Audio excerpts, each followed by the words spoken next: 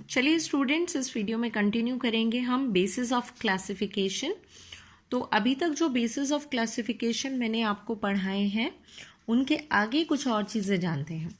चलिए अब हम बात करते हैं एक नया base, that is body cavity. ठीक है, अब बॉडी कैविटी क्या चीज़ है आपको वो समझनी है। तो बॉडी कैविटी का मतलब है आपकी body wall and gut wall.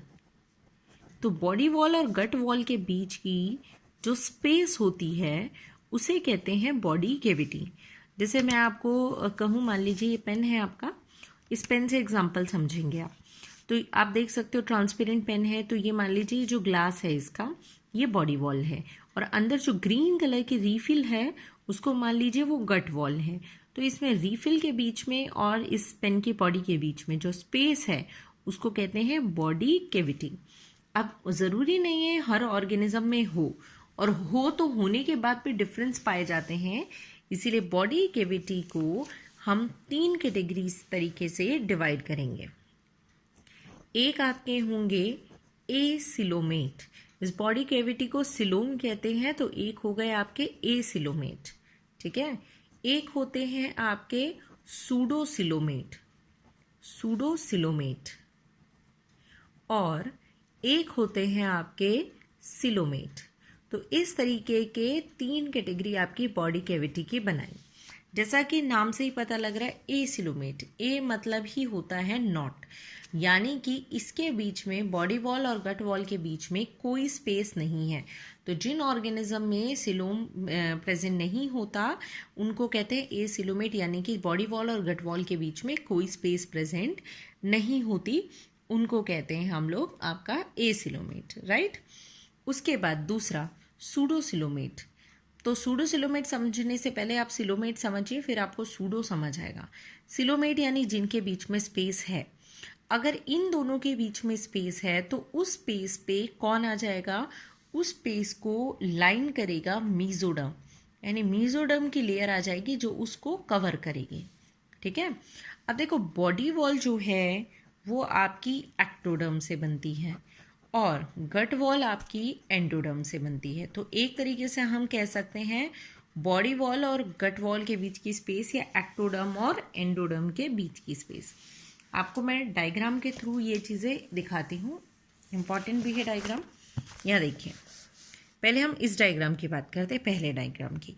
पहले डायग्राम में आपको साफ दिखाई दे रहा है कि ये हो गई एक्टोडर्म और अंदर हो गई एंडोडर्म, और इन दोनों के बीच में कोई स्पेस प्रेजेंट नहीं है। तो ऐसी कंडीशन को हम कहते हैं acoelomate. This is acoelomate. Right. उसके बाद फिर आप देखिए ये बाकी के जितने भी केसेस दे रखे हैं इन सभी में स्पेस है।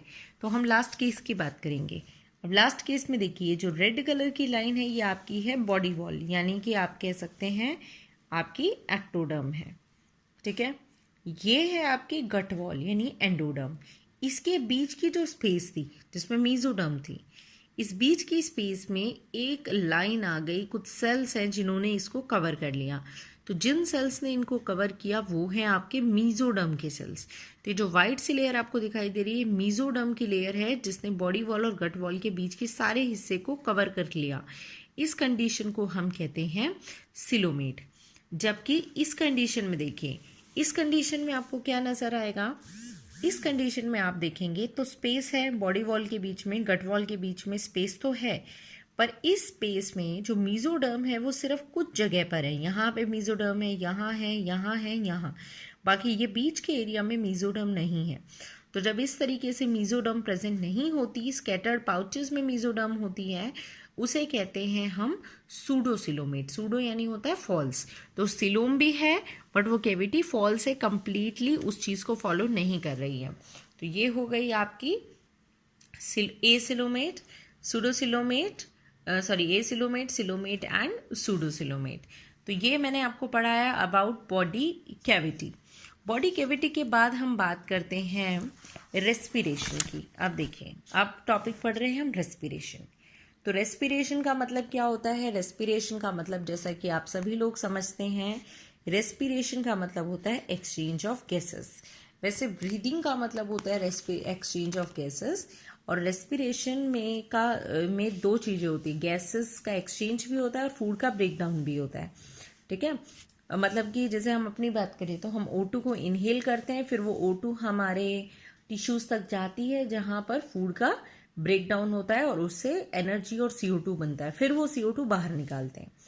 तो अब रेस्पिरेशन किस तरीके से करेंगे, जैसे हमारे अंदर लंग्स है, ऐसे हर किसी के अंदर अलग अलग ऑर्गन्स हैं जो रेस्पिरेशन में मदद करेंगे। तो चलिए बात करते हैं रेस्पिरेशन में कौन हेल्प करेगा, किस किस टाइप के हो सकते हैं।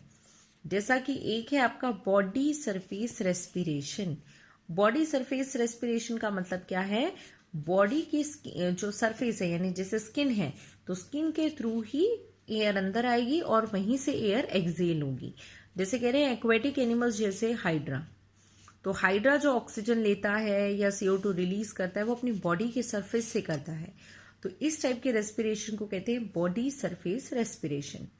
उसके बाद कुछ जो है वो करते हैं ब्रैंकियल रेस्पिरेशन। ब्रैंकियल का मतलब होता है जब रेस्पिरेशन के लिए गिल्स को यूज करें। तो जो ऑर्गेनिज्म रेस्पिरेशन गिल्स के थ्रू करते हैं इनको कहते हैं ब्रैंकियल रेस्पिरेशन। ठीक है, नेक्स्ट रेस्पिरेशन आपका आता है क्यूटेनियस। ठीक है, चलो इसका भी एग्जांपल दे देती हूँ आपको ब्रैंकियल का, जो गिल से करें, जैसे फिशेस हैं, प्रॉन है, राइट। फिर आता है आपका क्यूटेनियस रेस्पिरेशन। क्यूटेनियस वर्ड है ना, हम स्किन के लिए यूज करते हैं, तो कहते हैं जो स्किन के थ्रू करें।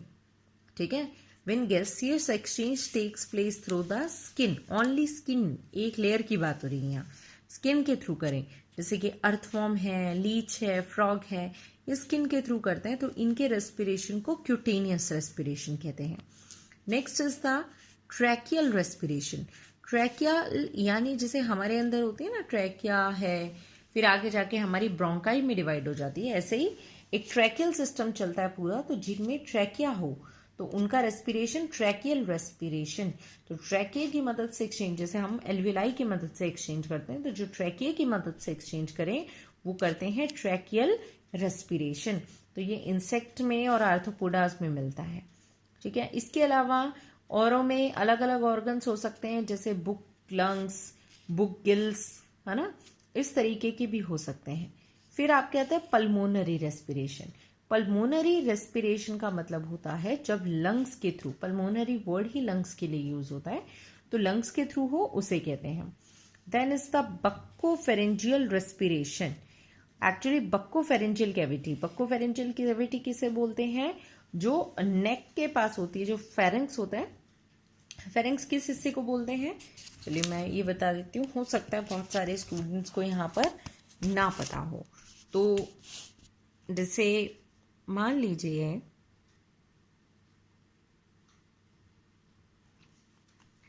ये माउथ से आने वाली पाइप यानी ओरल कैविटी, ये नोज से आने वाली है आपकी नॉस्ट्रिल, और जहां पे ये दोनों मिल जाते हैं इस हिस्से को कहते हैं फेरिंग्स। तो ये तो मैंने ह्यूमन का बताया, इसी तरह हर ऑर्गेनिज्म में फेरिंग्स होता है, उसका माउथ और नोज एक जगह पर मिलता है, दैट इज फेरिंग्स। तो यही मैं आपको बताना चाह रही हूँ। तो बक्कोफेरेंजियल रेस्पिरेशन, जब बक्कोफेरेंजियल, बक्को यानी बक्कल कैविटी, फेरेंजियल यानी फेरिंग्स के पास, तो फेरिंग्स के पास जहां माउथ ओपन होता है वहां से अगर रेस्पिरेशन है तो बक्कोफेरेंजियल, जैसे फ्रॉग्स में और टॉड्स के अंदर। देखिए मैंने कौन कौन से रेस्पिरेशन बताया आपको, बॉडी सरफेस यानी बॉडी के सरफेस से, ब्रैंकियल यानी gills, cutaneous skin, tracheal respiration tracheal tubes या ट्रैकिया, पल्मोनरी आपके लंग्स, बक्कोफेरेंजियल यानी बक्कोफेरेंजियल कैविटी। अब रेस्पिरेशन यानी जो गैसेस एक्सचेंज हो रहा है या फूड का जो ब्रेकडाउन होगा उसके अंदर ऑक्सीजन का यूज किया जा रहा है या नहीं, उस बेस पे ये आपकी दो टाइप की हो सकती है, राइट। कौन कौन सी दो टाइप की हो सकती है आपकी, very clear, one is the aerobic and another is the anaerobic. तो एरोबिक रेस्पिरेशन जिसमें ऑक्सीजन का यूज होगा और एनारोबिक जिसमें ऑक्सीजन का यूज ना हो, उन्हें कहते हैं anaerobic respiration. So this is about respiration. अब चलते हैं चलिए एक्सक्रीशन पे। एक्सक्रीशन मतलब क्या होता है, removal of metabolic waste from the body. तो बॉडी से वेस्ट को बाहर निकालना, इस चीज को कहते हैं एक्सक्रीशन। अब एक्सक्रीशन के लिए अलग अलग स्ट्रक्चर्स आप पढ़ोगे, देखो ये जितने भी नाम है ना, इनके लिए अभी वरी करने की ज़रूरत नहीं। ये सारे नाम आपको जैसे जैसे आप किंगडम्स, जैसे जैसे इनमें आप डिविजन्स पढ़ेंगे आपको याद आ जाएंगे। जैसे कि फ्लैट वॉर्म्स में होते हैं फ्लेम सेल, ठीक है। फिर ग्रीन ग्लैंड्स होते हैं आपके क्रस्टेशियंस के अंदर। नेफ्रीडिया होते हैं आपके एनालीडा के अंदर।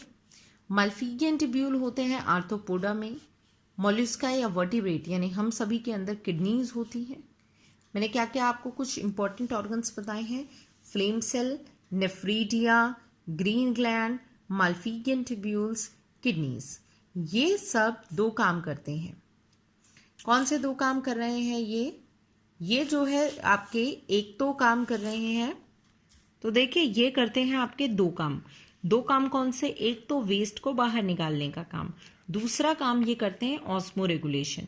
ऑस्मो रेगुलेशन का मतलब होता है वाटर और सॉल्ट कंटेंट का बैलेंस बना के रखना बॉडी में।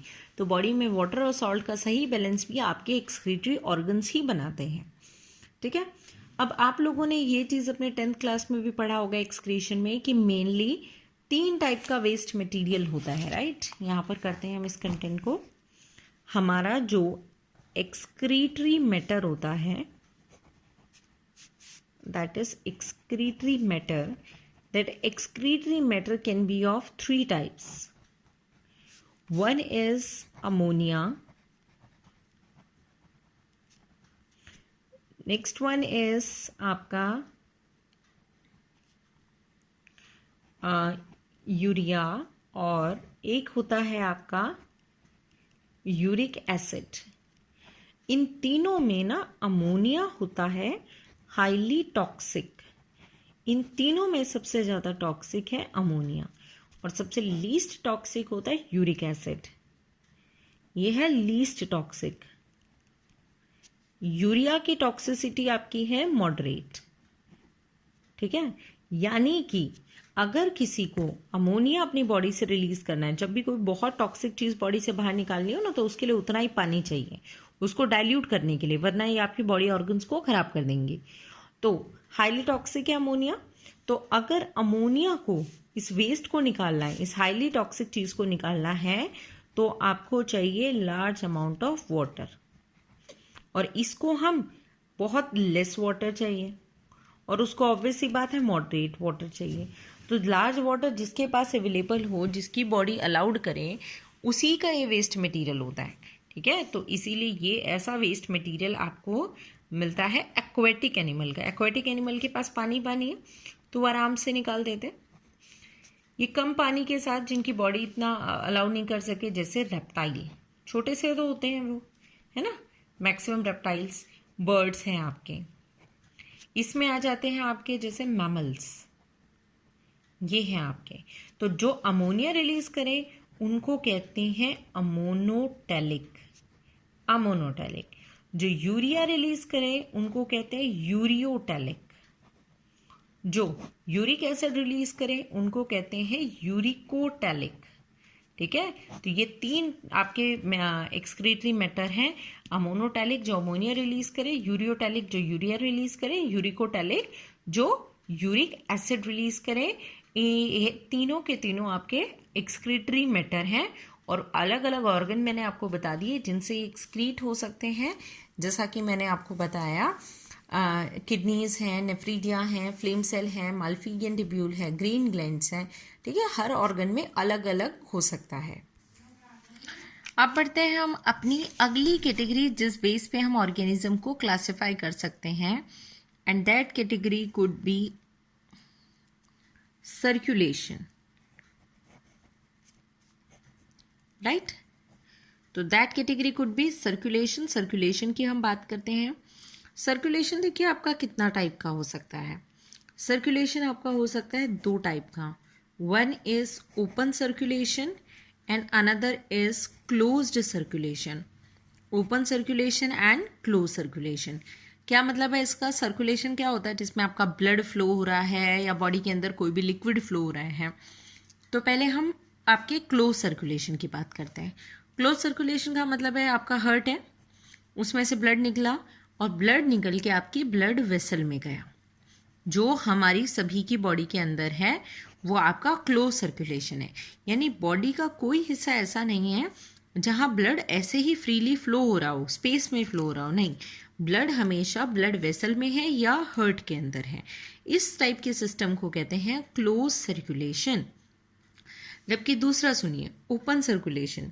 ओपन सर्कुलेशन का क्या मतलब है? ओपन सर्कुलेशन का मतलब है जो ब्लड है आपका वो आपके हार्ट से निकलता है और हार्ट से निकल के आपकी बॉडी कैविटी में आ जाता है, बॉडी के स्पेस में आ जाता है, बॉडी कैविटी। इस टाइप के सर्कुलेशन को कहते हैं ओपन। अब आपको ये समझ नहीं आ रहा होगा ऐसा कैसे है, तो मैं आपको एक डायग्राम से समझाती हूँ यहाँ पर। ये टॉपिक वैसे आप बाद में पढ़ेंगे कॉकरोच में, पर फिर भी मैं आपको कॉकरोच का सर्कुलेशन का डायग्राम थोड़ा सा बना के बताती हूँ ताकि आपको ये बेटर समझ आए। देखिए इंटरनली मैंने कॉकरोच जो है वो बनाया है। इंटरनली कॉकरोच इस तरीके से 3 हिस्सों में डिवाइडेड है और इस हिस्से में ये कॉकरोच का हार्ट है, ये हार्ट है। इसी तरीके से पूरी लंबी ट्यूब वाला इसका हार्ट होता है, ठीक है।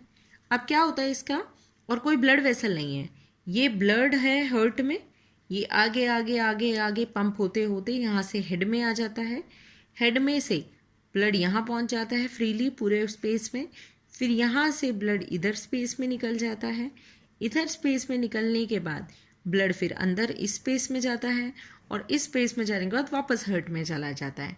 तो जिसके अंदर ब्लड वेसल ना हो, इस स्पेस में घूमे ब्लड, उसको कहते हैं ओपन सर्कुलेटरी सिस्टम।